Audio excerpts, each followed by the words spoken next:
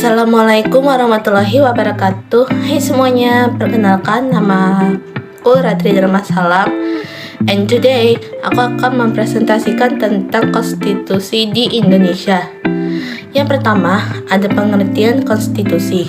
Konstitusi merupakan suatu bangun aturan, adat istiadat, kebiasaan-kebiasaan yang menentukan susunan dan kekuasaan organ-organ negara dan yang mengatur hubungan di antara berbagai organ negara itu satu sama lain, serta hubungan organ-organ negara itu dengan warga negara. Yang berikutnya, ada jenis konstitusi. Jenis konstitusi ini memiliki dua macam jenis, yaitu konstitusi tertulis dan konstitusi tidak tertulis. Kedua macam jenis ini memiliki arti seperti halnya dengan hukum tertulis atau bisa disebut Gesetzverfassung yang termuat dalam undang-undang, dan hukum tidak tertulis atau bisa disebut Gesetzverfassungsrecht yang berdasarkan atas adat kebiasaan. Di sini aku akan menjelaskan kedua macam jenis tersebut. Yang pertama, ada konstitusi tertulis atau bisa disingkat yaitu Written Constitution. Konstitusi tertulis adalah sekumpulan aturan pokok dasar negara, bangunan negara, serta tata negara yang mengatur peri kehidupan suatu bangsa dalam persatuan hukum negara.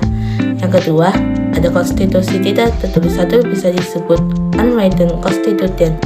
Biasa disebut konvensi atau kebiasaan sistem tata negara yang sering ada dalam suatu negara. Yang berikutnya, ada fungsi konstitusi. Fungsi konstitusi ini dapat dirinci sebagai berikut. Yang pertama, ada fungsi penentu dan pembatas kekuasaan organ negara. Yang kedua, fungsi pengatur hubungan kekuasaan antar organ negara. Yang ketiga, fungsi pengatur hubungan kekuasaan antar organ dengan warga negara. Yang keempat, fungsi pemberi atau sumber legitimasi terhadap kekuasaan negara ataupun kegiatan penyelenggaraan kekuasaan negara. Yang kelima, fungsi penyalur atau pengalih kewenangan dari sumber kekuasaan yang asli, yang dalam sistem demokrasi tersebut adalah rakyatnya sendiri kepada organ negara. Yang keenam, ada fungsi simbolik sebagai mempersatu atau bisa disebut symbol of unity. Yang ketujuh, fungsi simbolik sebagai rujukan identitas dan keagungan kebangsaan atau bisa disebut identity of nation.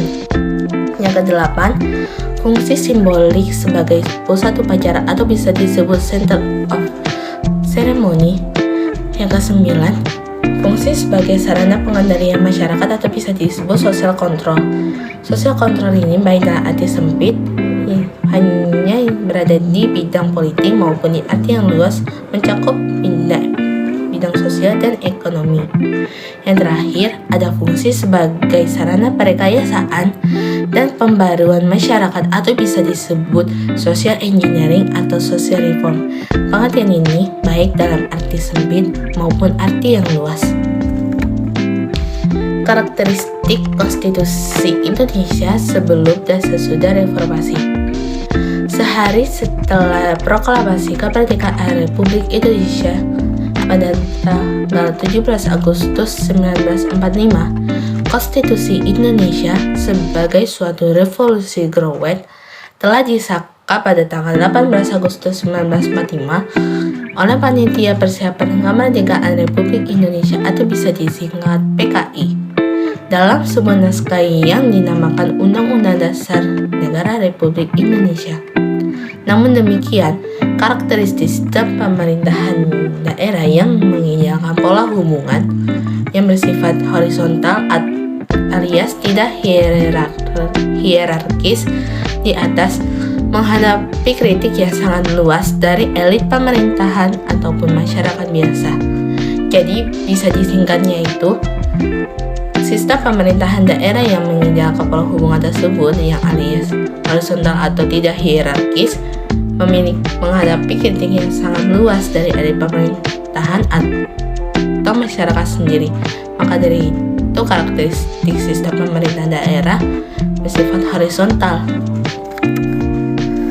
Dalam sejarah perkembangannya ketatanegaraan Indonesia ada 4 macam undang-undang dasar yang pernah berlaku di Indonesia, yaitu yang pertama ada di periode pada tanggal 18 Agustus 1945 sampai 27 Desember 1949. Yang kedua ada di periode pada tanggal 27 Desember 1949 sampai 17 Agustus 1950. Yang ketiga periode 17 Agustus 1950 sampai 15 Juli 1959. Yang terakhir ada di periode pada tanggal 17 Agustus 1959 sampai sekarang.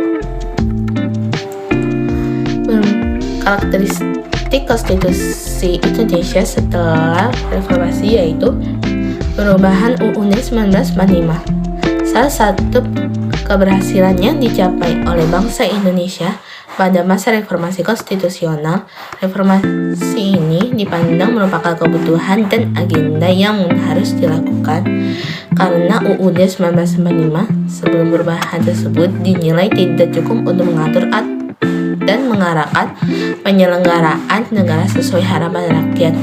Maka dari itu terbentuknya good governance serta mendukung penegakan demokrasi atau hak asasi manusia. Perubahan pertama ini dilakukan dalam sidang umum MPR tahun 1999. Ada perubahan UUD 1945 adalah membatasi kekuasaan presiden dan memperkuat kedudukan DPR sebagai lembaga legislatif. Perubahan kedua yang berikutnya dalam sidang tahunan MPR tahun 2000 menghasilkan rumusan perubahan pasal-pasal yang meliputi masalah wilayah negara dan pembagian pemerintahan daerah, menyempurnakan perubahan pertama dalam hal memperkuat kedudukan DPR dan ketentuan yang terperinci tentang HAM. Dan terakhir, mengapa kita perlu mempelajari konstitusi? Karena kalau kita mempelajari konstitusi ini, kita dapat menghindarkan generasi muda dari perilaku koruptif dalam menjalani kehidupan berbangsa dan bernegara. Sekian presentasi yang telah saya sampaikan. Apabila ada yang perkataan yang kurang lengkap, mohon dimaafkan. Thank you for watching and see you in the next video. Wassalamualaikum warahmatullahi wabarakatuh. Bye bye.